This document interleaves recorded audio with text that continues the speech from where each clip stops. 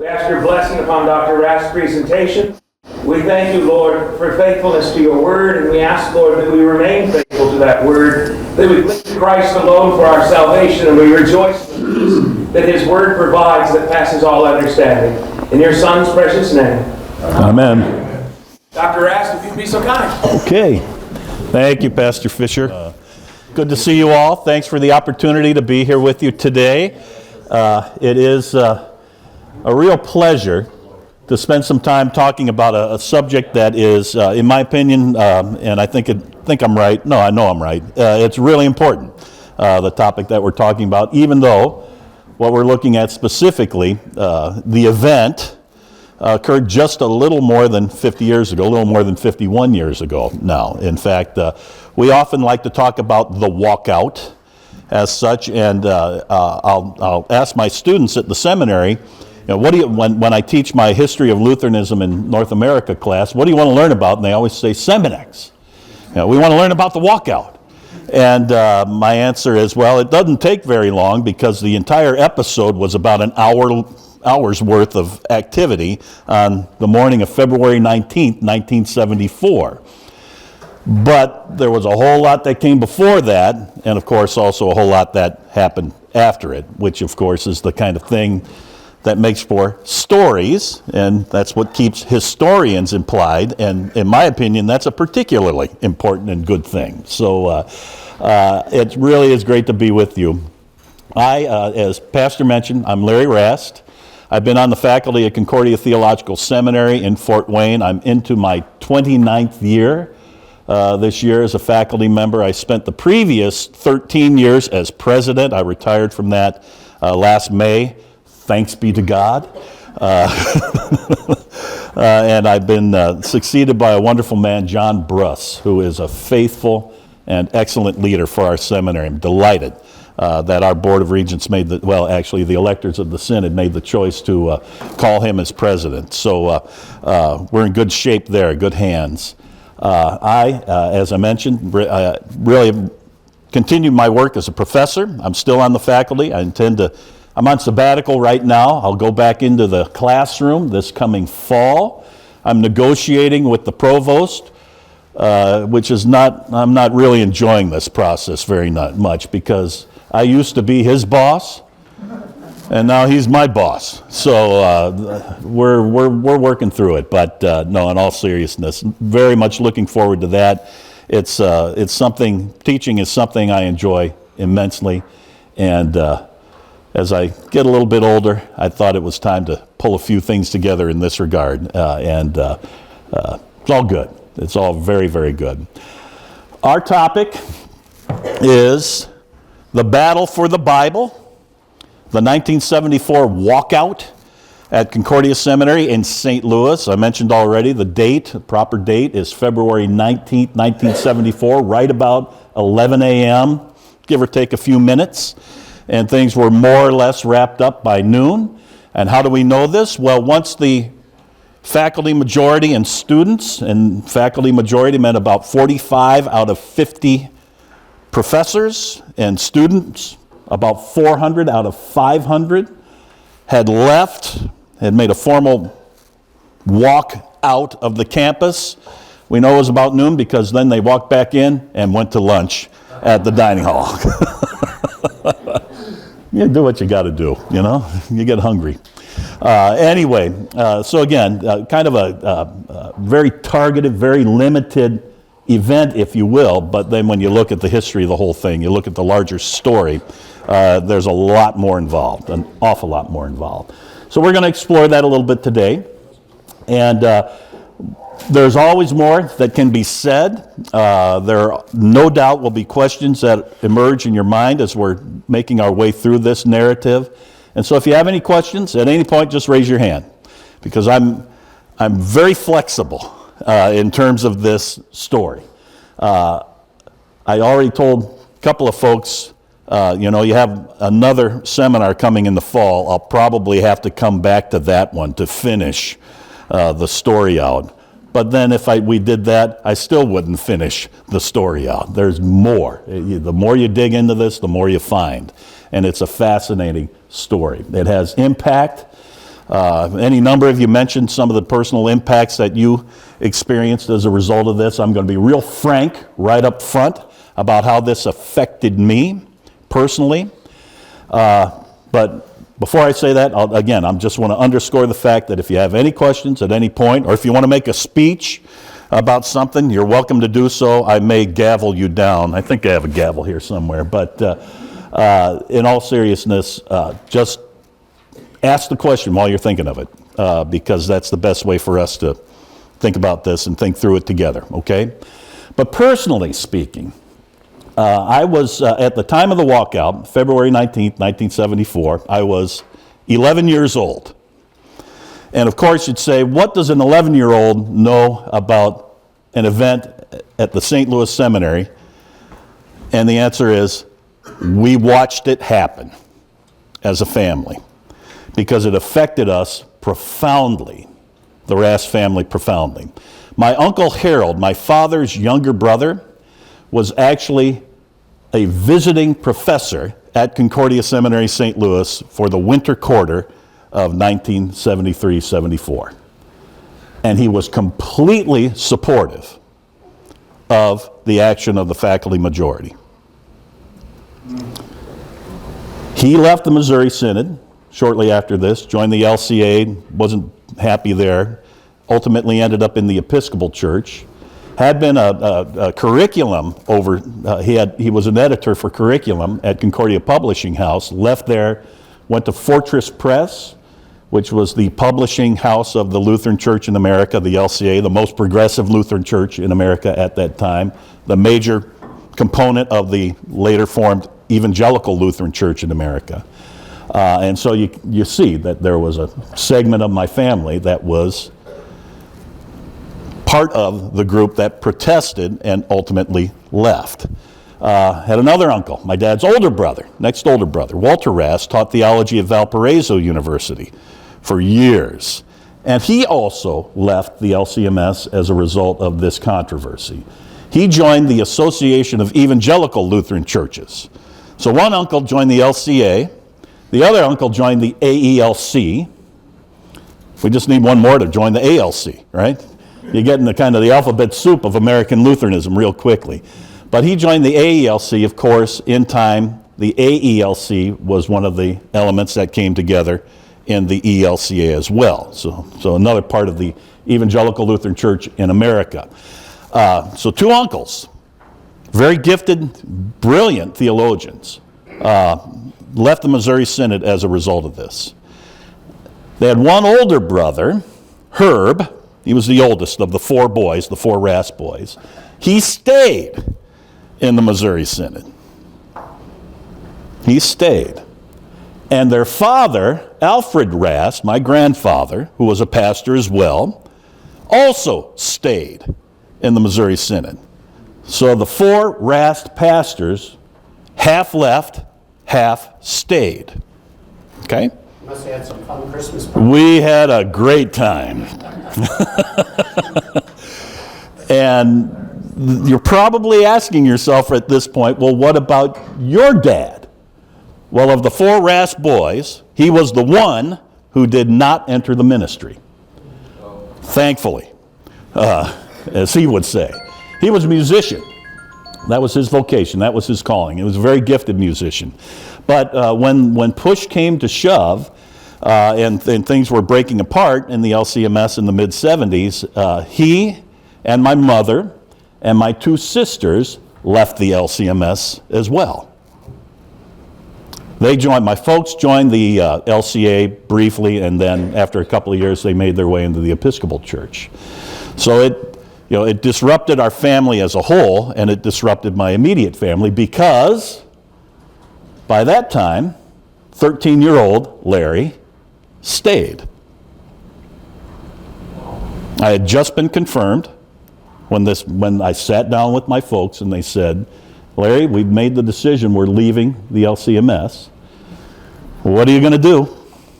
And I said, well, I was just confirmed, and in my confirmation vows I said, I will suffer all things rather than fall away from the faith of the church. So this gets very personal, as you might imagine. And I think, I don't remember, but I think it's one of the things that drove me into the study of American Lutheranism, which has been my life's pursuit as a professional historian, and working my way through this whole question of why did that happen? Why did it break my family apart like this? Because, when I was ordained in 1992 at Ascension Lutheran Church in Madison, Tennessee, my folks were there, but we couldn't commune together. Yeah. And that was simply the reality. Now, my story's not unique in that regard.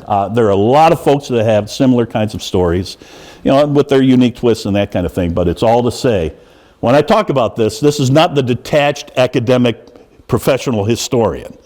I try and do that to at least a certain degree, but it also is always extremely personal because it shaped my life. And I was one of those weirdo kids where we talked about this all the time in our family. And it was not always a comfortable conversation. You talked about, I get in arguments with my uncles about theology where, one would say to me something like, well, Larry, you can't believe that the story of Jonah is a real story. And I would say, as just a kid, well, Jesus refers to Jonah as a sign of his own bodily resurrection.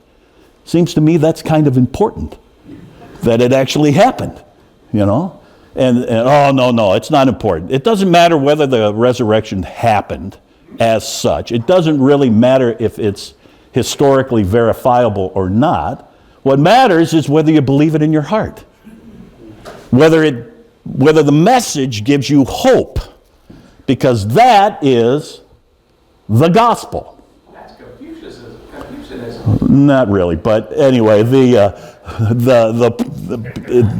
the point was at this point in time that the text, the writers of the text were not trying to communicate a scientifically verifiable fact. Something that you could point to as historical truth, per se. And that's the difference there. Well, the point I was making with Confucius is it doesn't matter if he really existed or not. Yeah, but that's not, again. The warm fuzzy you have. Yeah, but it's more than that, is my point. And it's a lot more subtle, is the problem. Because you're talking about the importance and the truthfulness of the message. That's more than just a warm fuzzy. Eunice. Are you going to say anything about the Milwaukee Convention? Yes, I am. The year before? Yep. And who got elected there? Yeah, your brother. That's why he's on the. That's why he's on the outline. And the importance of that for the way the board was arranged and his work as the secretary of the board from 1971 to 1983. He was elected in 1969 at Denver. I'll show you. Yep. Please. Yeah, so I was just wondering, was that, were they trying to push, I think essentially it was Boltman? Yeah, exactly. That's exactly what it was. I didn't realize this until much later when I started studying theology, formally speaking, but that I was arguing with Rudolph Boltman over the Thanksgiving table with my uncle. Yeah. Does a lot of this have to do with Scripture, interpreting Scripture? That's a part of it, absolutely. Yeah, but it's even deeper than that. That's kind of why we get in this battle for the Bible kind of talk. What is Scripture? Can Scripture interpret Scripture, or do you just dissect it and separate it from itself to the point where Scripture cannot interpret Scripture, in a manner of speaking?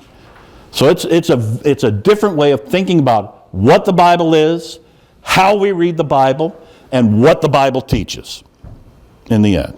But it's all done under a larger heading of talking about the, you'll hear the moderates, as they call themselves, talk about the infallibility of the Scriptures, and that's language I resonate with, of course. But when they talked about the infallibility of the Scriptures, they limited it to the message of the gospel And then when you talked about the gospel, when I say that word, something probably pops into your mind. You think about what the gospel is. For them, the way they defined gospel ended up being completely different than what we had taught historically. Okay? So it's a battle for the Bible and more, and cuts right to the heart of the Christian message, the gospel itself. You with me so far? I just threw a whole lot of stuff at you in a really short time. So if I lose you, stop me and ask questions. These are good questions. All right? So we're on slide number 2 of 4,285. All right. And because of that, we're going to go, I'm going to hit the stuff now so I can say, see, we looked at 1974, and then I can feel good about myself, even if I shortchanged you in a way. These are famous pictures. Maybe you've seen some of them. On the left, mostly from the years 1973 and 1974. And in those 2 years, there are 2 really, really big events that pop up. One is the convention that's held in New Orleans, Louisiana, in July of 1973. And that's the upper left part. Actually, there are 3 things you see up there. There are people on the upper left, people registering their negative votes after the passage of a resolution, and all the while they sing over and over as they do this the first stanza of "The Church is One Foundation," because the Church is One Foundation for them is not the Bible, but Jesus Christ her Lord, as though the 2 are separate. And they also wore black armbands. Black armbands, yep, exactly. Yep. And then on Friday, July 13th, that's the middle top, John Tejan, president of Concordia Seminary in St. Louis, makes a speech to the convention in which he speaks, as he says, a hard word and then a good word to the convention. So he condemns the convention with the law and then absolves the convention because the convention has just passed Resolution 312A, which instructs the Board of Control, today we'd call it a Board of Regents, of Concordia Seminary in St. Louis to deal with John Tejan. And he responds. He gives this little speech in which he says, very famously, "I forgive you because I don't think you know what you're doing." No arrogance there. None. None. And after he finishes his speech, as the rumor goes, there's a 15-minute standing ovation for him by a portion of the convention. It's quite, I've been to a lot of synod conventions. There are few things in the world I would rather not do than go to a synod convention because they're boring. And that's my charitable interpretation of a synod convention. They go on and on and on. Not New Orleans. It was exciting.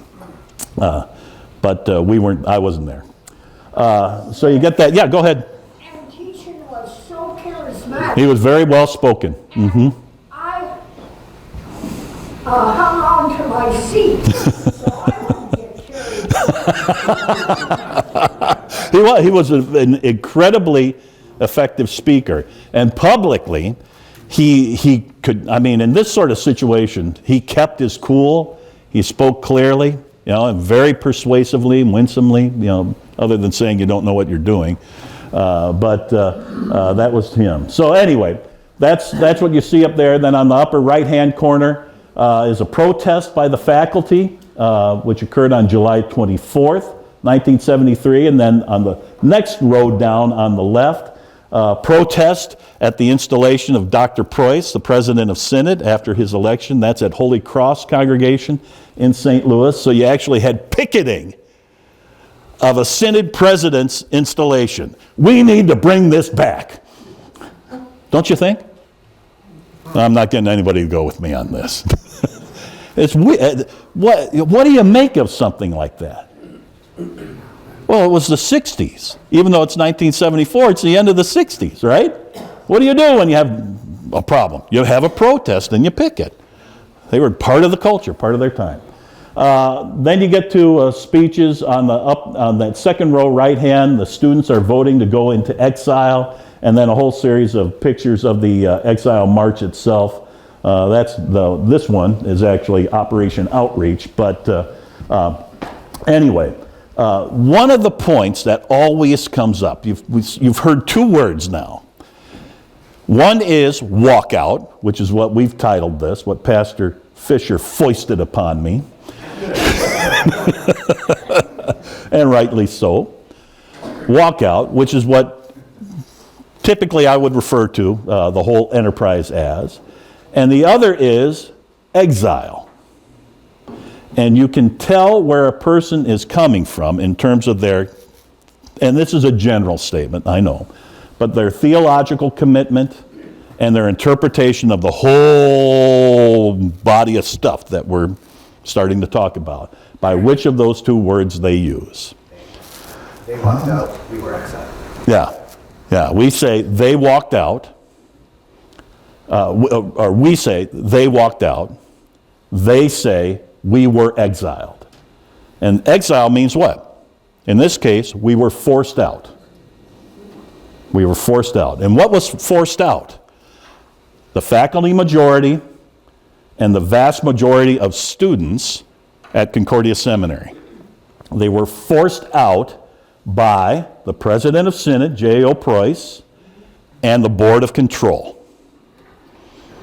So their appeal in using that kind of language was to say, we believe that the majority of Missouri Synod members are with us and will recognize that even though we're not at 801 Des Moines, as the address used to be, now it's 801 Seminary Place, but back then 801 Des Moines Avenue in St. Louis, we are still Concordia Seminary.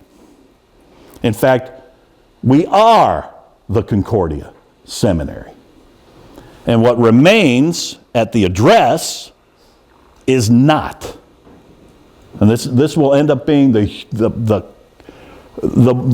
most important piece in terms of the application of all this.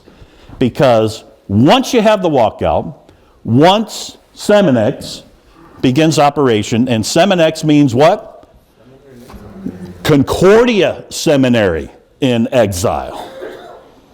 And that's huge. I know it's just a word, but it's huge. We are the actual Concordia Seminary that has been pushed out. Right? And that means what's there still at 801, as they always referred to it. They would not refer to the seminary as Concordia Seminary anymore. They always referred to it by its address, 801. What's at 801 is not. We are. How do you know this? Well, when they have their commencement in the spring of 1974, they say this is the commencement of Concordia Seminary. And when they open their academic year in the fall of 1974, they say this marks the opening of the 100, and what would it have been? 136th academic year of Concordia Seminary. We're it. Well, why do you got to make that argument? Because there's a bylaw in the handbook of the Lutheran Church Missouri Synod that says graduates, in order for a man to be considered for candidacy for the ministry in the Lutheran Church Missouri Synod, he must be certified by the faculty of one of our two seminaries. And now suddenly we have how many? Well, see, you're biased. They would say we still have two. One's in exile. You see? And that's the whole game. Why? Because if you can't place your students, what's going to happen to your seminary? What's the point? Right? You with me? So, again, all this, is it a battle for the Bible? Absolutely it's a battle for the Bible. And it's a lot more. Now, who have I lost? Yeah, or if you have any questions. I just have a question. How did this affect the Fort Wayne Seminary? That's a good question. That's an excellent question. Yeah. At that point in time, as Pastor St. Paul knows, the Fort Wayne Seminary was in exile. No, I'm kidding. It was residing in Springfield, Illinois. So this was back in the old days when we had the Springfield Seminary, and we could say a lot about that. But Springfield moved to Fort Wayne in 1976. So at Springfield, you had, and maybe, yeah, Hal, why don't you say something about it, because you were there. I was a 71 grad of Springfield, but I was in the system before that, so I went to Great St. Paul and City College. And then In Fort Wayne. And the seminary in Fort Wayne, and the seminary in the fall of '67. There were a handful of us who saw the fracture coming, and we said, we need this. So we were, it was a time of being rebels, so we broke up, went to Springfield. It wasn't the two. Many of our faculty at the City College at that time, not all of them, but many of them said, why would you want to throw away your education like that and go to a second grade seminary with a third grade faculty? Yep, exactly. These were interesting times, and I always like to say we tried harder at seminary. There were faithful people. Dr. Harry Booth, I think, was highly instrumental in crafting some of the resolutions for New Orleans. Yes, he was. And so was Eugene Klug. Right. Yep. And of course, Dr. J.L. Price II was our president. Had been the president of the Springfield Seminary. Yeah. So we were, Springfield was very important, I think, for preserving what it was and stood for, and promoting and advancing that. Yeah, that's a great summary statement you had there, Pastor. The Springfield Seminary was singularly important in terms of preserving what the Synod had taught. But it was not untouched by this either, because a number of faculty who were brought on after Jack Preuss became Synod president were leaning moderate, shall we say. I'm trying to... From a student's point of view, David was there and cut his teeth in those days, and he was doing some apologetics, I think, down in St. Louis, and around the Synod as well. So. Yeah, but ultimately, and because I'll forget to say it later, so I'm going to say it now, you had about 40% of the Springfield faculty leave between 1974 and 1976 as well. Somewhere between about a third and 33% and 40% of the faculty moved on because they were more moderately inclined.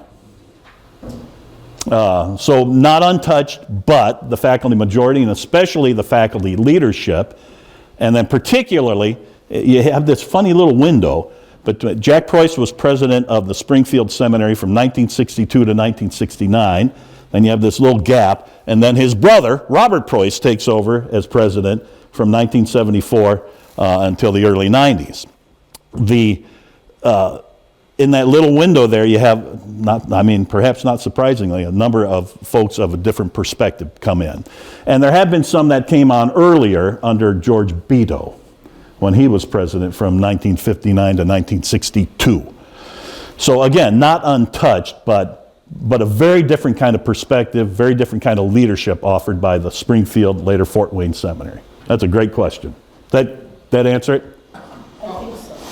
Yes. What didn't I get to? Oh, no, it's a long story. Okay, yeah, we can talk about it later. Just like yours. Yeah, gotcha. I understand, yep. Trying to figure it all out. Yep, I hear you.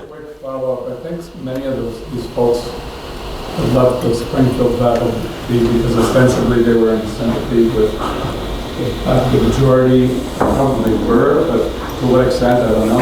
In those days, I think there was a lot of personal affinity. Oh, sure, yep. Yep. Even students of them and so forth, even in Springfield.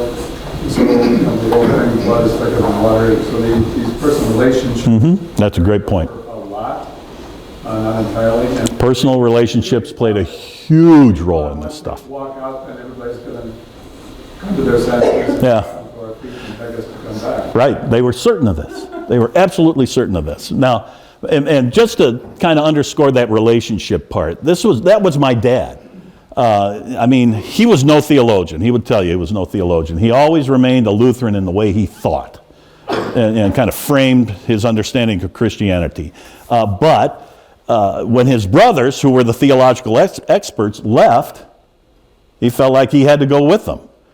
The other side of it was he was a snob musician. I know that's redundant, all right?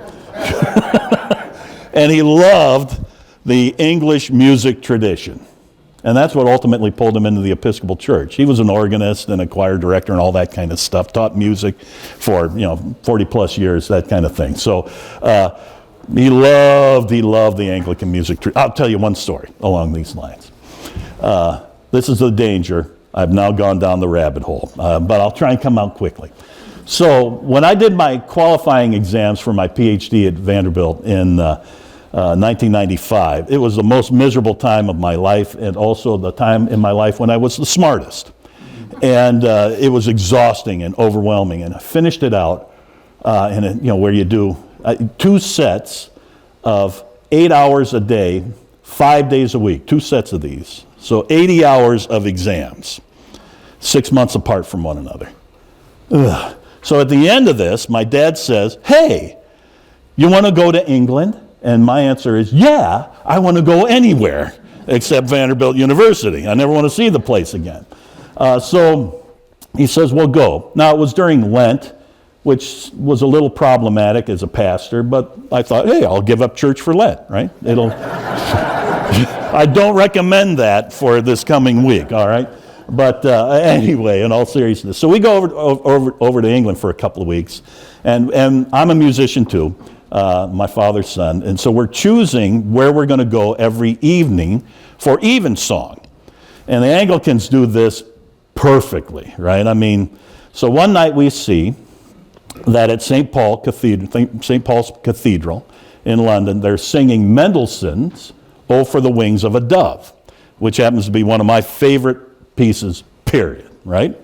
And Mendelssohn, of course, is a Lutheran. So I want to go to this. So we go down to St. Paul's for evensong that evening, and we're sitting in there, and my dad knows John Scott, the choir director, all this stuff. So we get to meet him beforehand and blah, blah, blah.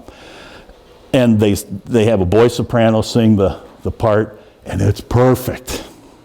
It's perfect. And my dad, "This is why I'm an Anglican." Right? And the peace of the Lord be with you always. So then, third week in Lent, this pastor who's visiting preacher gets up to preach. And he preaches a sermon on social progress in Rwanda and never mentions Jesus once.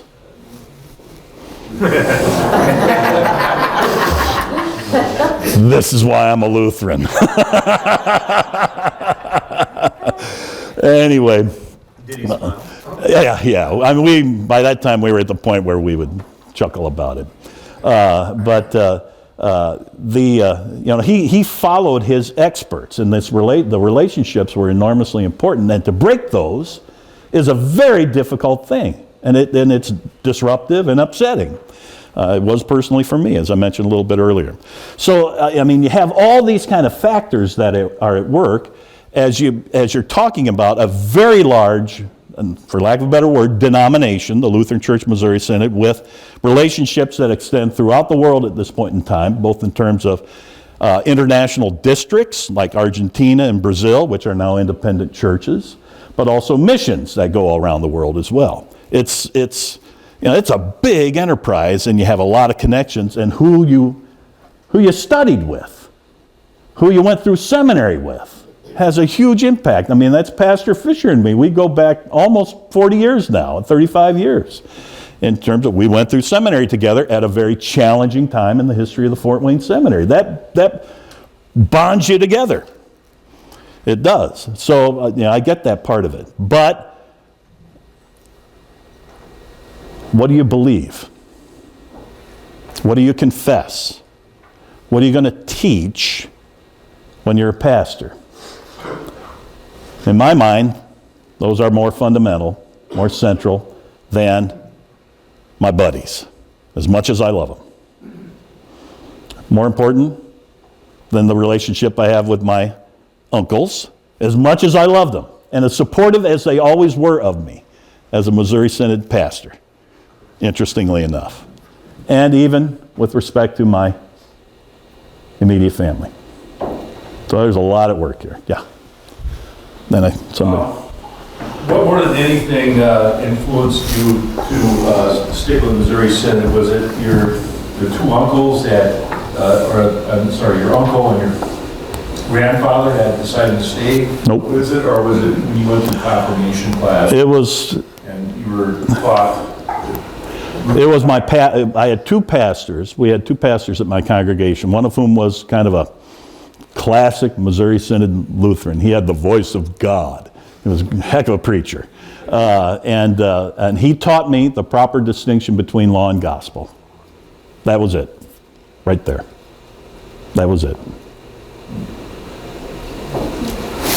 All of the above. Yeah. And that's me. I mean, when I get a hold of something like that and it's clear and that's what I believe, that's just kind of how I am. I'm great to be around. Yeah. I've always thought the political climate at the time, and it was usually if you had a disagreement with something, you had a protest or something. How much did the geopolitical climate at the time affect the culture on campus that set up the stage for this? It influenced. The question is, how much did the geopolitical culture of the time influence activities at Concordia Seminary, St. Louis? And the answer is enormously.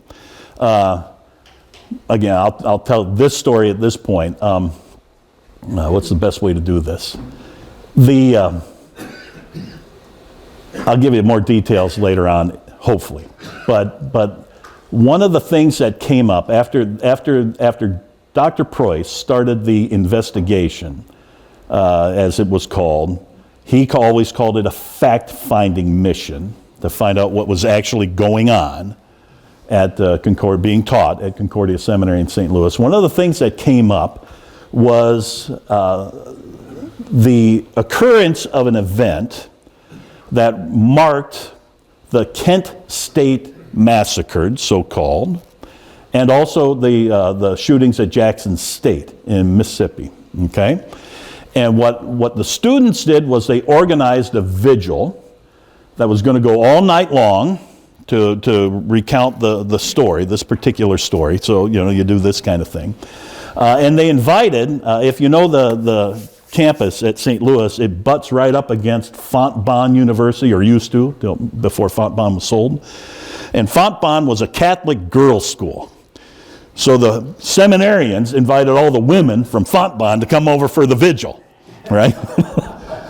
For purely, their motives were pure, right? Purely religious reasons, I'm quite sure. And I'm kidding around. But they did. They invited this, and they were going to have a communion service with it, right? Because that's what you did if you were having a religious vigil of this sort. The word about this gets out, and of course a lot of people are upset for several reasons. Is this the appropriate way to respond to a tragedy like Kent State? Should we be having communion with Catholic women from Fontbonne University, unionism kind of thing? Lots of questions. And so when the word trickles out, then what was going to be held in the quad, in the big area, and that's this area here, where in 1974 the crosses were planted, they move it inside into one of the residence halls, Lober Hall. And they hold the vigil, and as part of the vigil, and as part of whether they actually celebrated the sacrament, I'm not quite sure. It's kind of fuzzy on this. As they gather together, they use a liturgy that's been produced by a campus pastor of the LCMS, campus pastor at the University of Chicago by the name of Wayne Saffin, who is as radical as you can find in the LCMS. Folks will say, Wayne Saffin, there are no liberals in the Missouri Synod. Wayne Saffin was a liberal. And he called himself that very proudly. He was very happy to refer to himself in that manner. Okay. And this liturgy is something else. It's profane. It takes the name of the Lord in vain. It's 1960s. I mean, through and through. And so when, so people come, the fact-finding folks report on this, and Jack Preuss, the president of the Synod, says to John Tejan, "What in the world are you thinking?" And Tejan says, well, and they bring a little poster that was made, we're having this vigil, that kind of thing. They bring it to him. And Tejan says, well, it didn't happen. Well, what he means is it didn't happen in the quad. It happened in Lober Hall. And when it becomes clear that he's playing with language a little bit here, that just makes things that much worse, as you might imagine. You have this kind of disconnect between kind of traditional Missourians and the students of the 1960s, and especially the radical younger people, and like Pastor Sankbeil, these radical younger folks. I mean, and there's some of it at Springfield, but it's particularly pronounced at St. Louis. Yeah, so it's part and parcel of life at the time. Is the point? Yeah, that's a good question. Back here, sir, in the black T-shirt. Did you have your hand up? Oh, sorry, not that time. Okay. Yes. How many people were at this gathering? At this, it's hard to say exactly. 100, something like that. Yeah. Somewhere in that range, yeah. But you read the liturgy for this thing, and it's like, holy cow. I mean, he was taking the name of the Lord in vain. Not smart, especially if you print it. As far as communion goes, I know the Missouri Synod, we use closed communion with our other brothers. Yep. But is that shared throughout the pastors, or some of them go whichever way they want to go?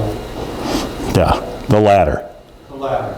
And here, one of the things I may talk about today, but probably not at the rate we're going, is the publication of a document in early 1970 called A Call to Openness and Trust. And the call to openness and trust is put together by a group in St. Louis, group of pastors, lay people, and 3 professors from Concordia Seminary, St. Louis. And in the call to openness and trust, they name several theological points. Why are we getting so worked up over creation? That kind of thing. But one of the specific applications they bring up is communion practice. And essentially they say, we should be able to commune with anybody we want. So they argue not just for kind of a discriminating kind of communion practice. They argue for straight up open communion.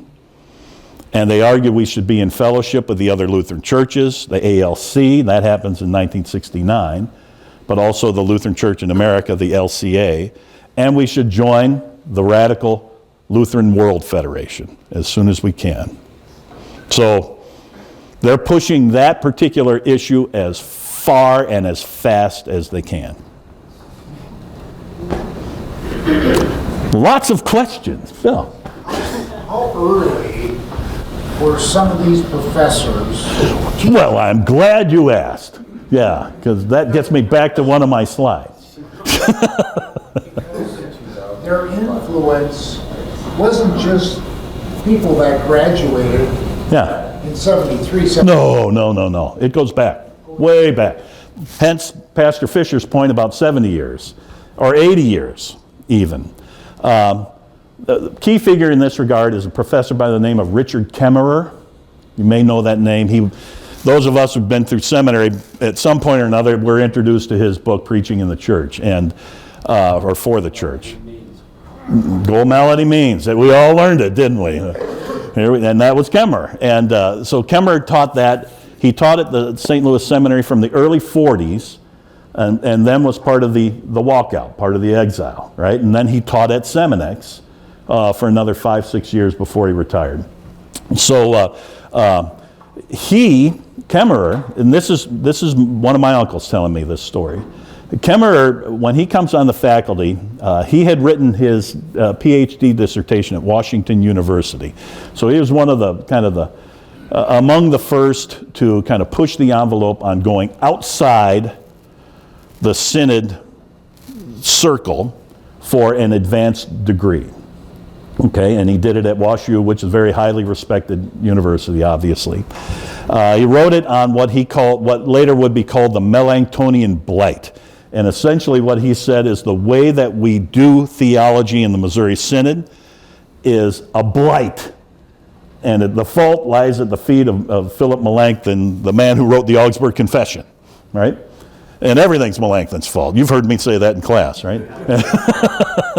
But so Kemmerer starts teaching this to seminarians already in the early 40s, and then goes beyond that to specifically look for the brightest and best among the classes, invites them over to the house, and then encourages them to go on to do graduate study outside the Missouri Synod, so specifically they will learn these new currents of thought. And then once they get their degree, you get a degree so you can teach, right? And they're going to come back into the Missouri Synod and teach at the colleges and also at the seminaries. So you get a guy like my Uncle Walt, who is a brilliant man, is a brilliant man, but in a different setting now. And he is part of one of these groups. And he's told, you're one smart guy, and he was. And ends up being a world-recognized, world-renowned biblical archaeologist. And one of the people who makes an argument for the site of Sodom and Gomorrah. They even did an A&E, remember A&E, the channel A&E? They did a special with him and his partner who did this archaeological work. And when he retired from Valpo finally in the early 2000s, the Society of Biblical Literature, the SBL as we call it, had a special gathering to honor him as he finished out his career. And he was a mover and a shaker. Well, he was encouraged to go this way. And his first step, his dad, my grandpa, was a church planter and always interested in growing the church. So he was assigned to plant a church in Bedford, Massachusetts, so that he could also go where? Harvard. And he did all the work for a PhD at Harvard under the renowned Lutheran theologian Christer Stendahl, very liberal, in New Testament studies, and then decided he didn't want a PhD in New Testament. He decided he wanted a PhD in archaeology, Old Testament archaeology. So he left Harvard with everything done but his dissertation and went to the University of Chicago, Oriental Institute, and did his PhD there and finished it out. He was kind of smart, right? He was purposefully, I don't want to use the word, I was going to say groomed for this, but he was. He was. And for him, I asked him and I asked my other uncles, what was it like going to the seminary in the 50s? Well, they were really smart guys, and they said, all we had to do was memorize stuff. And these, they had memories like, nothing got through them. So they memorized the stuff, and then what do? It got boring real fast. But there were new vistas, new opportunities, things opened up. So let me show you how that plays out.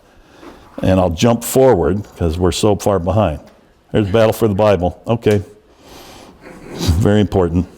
Let's see if we have this here. Here we are. This is what I want, I think. Yeah. So just to give you an idea of this, pre-1950, most professors, not all, obviously, and this is kind of an arbitrary date, did not pursue an advanced degree. They ended up being called doctor at some point, but that was after they were awarded an honorary degree by some seminary. Okay? So you look at here, Franz Pieper, the great theologian of the second generation of the Missouri Synod, president of Concordia Seminary from 1877 or faculty member from 1877, president from 1887 till his death in 1931, did not have an advanced degree. Now, anybody who says he wasn't smart is not smart. And he was a brilliant man. And if those of you who've made your way through Pieper's Dogmatics know it. I mean, it's incredible work. But he didn't have a degree. Why? Didn't need it. He just did his work, right? And you see there's some other ones like that. Martin Franzmann, one of the great theologians later on, didn't have an earned degree. And Franzmann is second to none. No earned degree. Brecher, same thing. But then Theodore Graebner, perhaps the most influential Missourian. He edited the Lutheran Witness from 1913 or 14 until the late 40s. So more than 30 years he edited the Lutheran Witness. He was in correspondence with at least a third of Missouri Synod pastors over the course of his career. And this is in the days before email, right? Or podcasts. No degree. But nobody would question his capacity and his capability. But you start to see a few guys earning degrees. Paul Kretzmann, very conservative. This is Kretzmann's commentary. Maybe you know the popular commentary. Went to Chicago Lutheran Seminary. John T. Miller, who did the Christian Dogmatics summary of Pieper, went to Xenia. Arndt, William Snaky Arndt, as he was called. His nickname was Snaky. I don't know why, but he got his at Wash U, as did, of course, the guy I mentioned a little bit earlier, Richard Kemmer. He did take a degree at Wash U as well. Why? Why start doing this? And the answer was status. Not just purely so, but status, generally speaking, in the larger academic community, and more practically speaking, accreditation.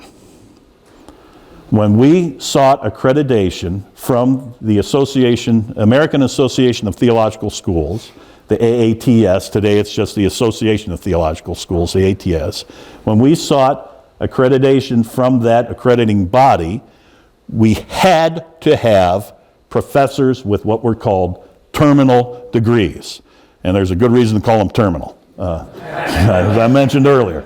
All right. So you had to do it. You had to do it. So now you start to send guys out to Harvard and Chicago and Wash U, etc. So post 1950, you see people, and this is a little bit funny, but a guy like Martin Charlemagne, who's going to pop up several times here very shortly for us, had 2 doctoral degrees that he earned. One from Wash U immediately following finishing seminary, and then he took a second doctorate, a Doctor of Theology at Union Theological Seminary in New York City in the early 60s. Now, Union Theological Seminary was one of the most radical seminaries in the United States at the time. Or you go down, Fred Danker at the U of C, Arliss Aylen at Harvard, Everett Kalin, Harvard, Ralph Klein, Harvard, Carl Grazer, Harvard. You had to have them. You had to have it. And that's going to be what will finally bring, I'll say it now, the 2 Preuss brothers into the Missouri Synod. Because St. Louis goes for accreditation already in the 1950s. Springfield pursues that path when George Beto actually it's with Walter Beppler, his predecessor. And so that means if you want to be a prof, you got to get a doctorate. That's part of the deal. And so that will start to be an emphasis at the Springfield Seminary in the very late 50s and then through the 60s as well. By the way, the 2 seminaries are accredited, formally speaking, St. Louis in 1964 and Springfield in 1968. And we both still hold that accreditation with the Association of Theological Schools, and we're both still accredited by the Higher Learning Commission of the North Central Association. So one's a theological accreditation, the other one's a secular kind of Department of Education kind of approach, all right? So, and one of the first things there are two things they ask you right out of the chute in accreditation visits, which I don't have to do anymore because I'm retired from the president. Anyway, sorry. Sorry, got a little carried away there. One of the first two things they ask you when they come in are, how many professors have doctorates? What's your percentage? And two, how big is your library? Both absolutely crucial for the formation of pastors and deaconesses. Right? I'm not opposed to accreditation at all. It's very helpful in kind of keeping yourself on track and that kind of thing, but it can become an end in itself, and it can't be that. Anyway, so who asked the question? I can't even remember now. I've been gassing off for so long. But anyway, you get the point. There's a change in the faculty, and there's a shift in what you think is necessary for a faculty member. And as I started to say then, with the Preuss brothers, the Preuss brothers were members. They had been confirmed in the Lutheran Church Missouri Synod when their family was living on the north side of Chicago back in the 30s, but then had made their way back towards their Norwegian roots, and both ended up initially at the Seminary of the Evangelical Lutheran Church in Minneapolis, the ELC, which will later be part of the ALC. Sorry, this gets confusing. But they both pursued, they both then landed in the Evangelical Lutheran Synod, the ELS, very conservative Norwegian, Little Norwegian Synod as it was always called. They both landed there. They both pursued doctorates. Jack, the older brother, at the University of Minnesota in classics, and Robert in theology at Edinburgh. And here's one of the interesting parts of this story. Maybe you know it. So they're in the ELS. In 1955, the ELS suspends, doesn't break, but suspends fellowship with the Lutheran Church Missouri Synod. And two of the driving forces behind that action are Jack and Robert Preuss, both young theologians and pastors at this point in time. In 1957, 2 years later, Robert Preuss receives a call to Concordia Seminary, St. Louis, and accepts it. So he joins the church body that he had just broken fellowship with. And then in 1958, his older brother, Jack, receives a call to Concordia Theological Seminary in Springfield and makes that same move. Isn't that interesting? How can this be? Did Missouri know? Yeah, of course they did. The two brothers had earlier gone up to St. Louis to meet with Theodore Graebner in the late 40s. Why did they break or pause or whatever you call it? Suspend. What was the reasoning? What's the reasoning of the ELS for this? There is an excellent article on this point, I hear. Written. I've met him. But I actually wrote an article. I did a presentation at the the ELS Bethany Reformation Lectures a number of years ago now, maybe 2017, in which I explored that. Very short version of it is they had grown frustrated with the Missouri Synod's, the new relationships that the Missouri Synod was developing, specifically with the American Lutheran Church, the ALC. And earlier, the earlier iteration of that, which was the Evangelical Lutheran Church, the ELC. They felt the LCS was going too liberal. Going too liberal, and was not disciplining pastors who were going too far. Yeah. And they took the calls to straighten the LCMS up. So that's pretty much what it comes down to. They have more opportunity. And part of this may be, and I'm happy to be corrected on this point, but Bethany Seminary remains a pretty small seminary. If you've been up to Mankato and seen it, it's a tiny place. So when when there are vacancies, they don't come along very often. But when there is a vacancy in the mid-1950s, it's obvious. The best candidate for this professorship is Robert Preuss, who has earned a PhD, and later he gets another one, by the way. Edinburgh first, and then Strasbourg later on. He's the obvious candidate for this presidency, but he's an Auslander. He's a foreigner. He's an outsider. And he has the name Preuss, which means what? Prussian. The family roots are German. We don't want that. I am too. I'm a Prussian, so I take profound offense at this. Yeah, because the rest of you Germans, you're okay, but Prussians, Anyway, so the Preuss family is viewed within the ELS with some suspicion, and the reason behind it really is because they jumped synods a little bit, right? Missouri, and then ELC, and now ELS, and that kind of thing. So what both Robert and Jack see is that their opportunities in the ELS are limited. And so when the opportunities open up at Springfield and St. Louis, because they both hold PhDs, they say what? Here's an opportunity to help clean the place up. God bless them. Yeah.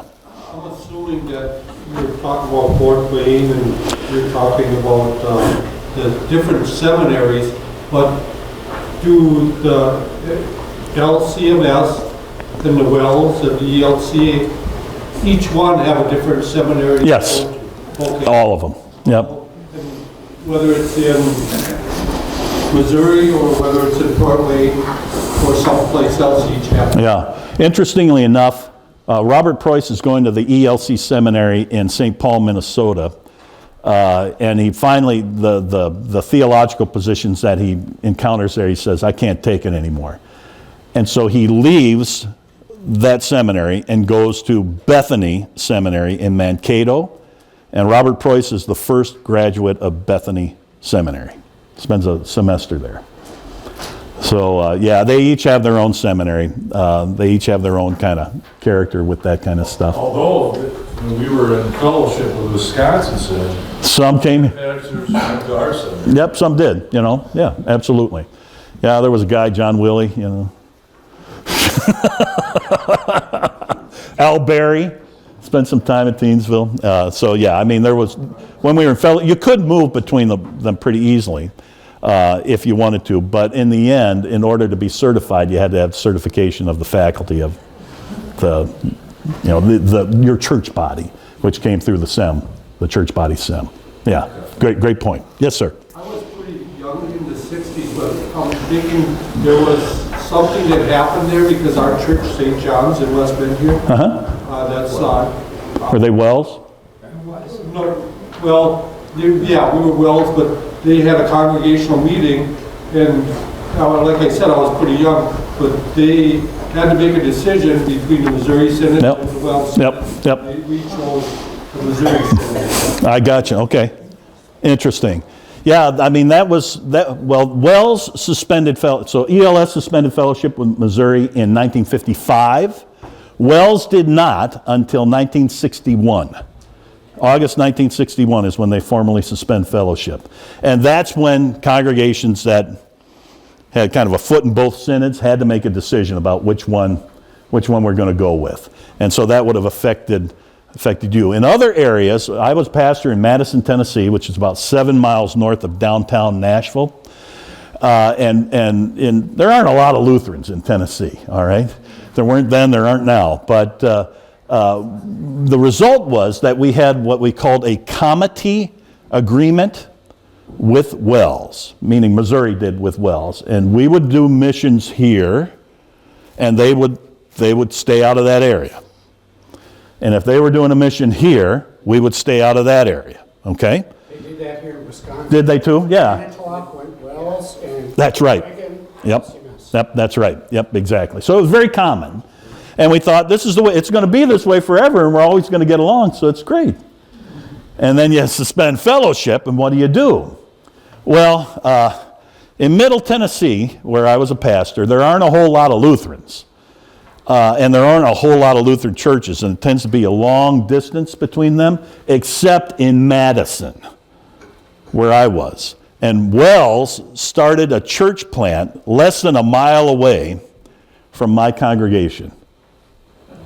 And where did they go for members? Exactly.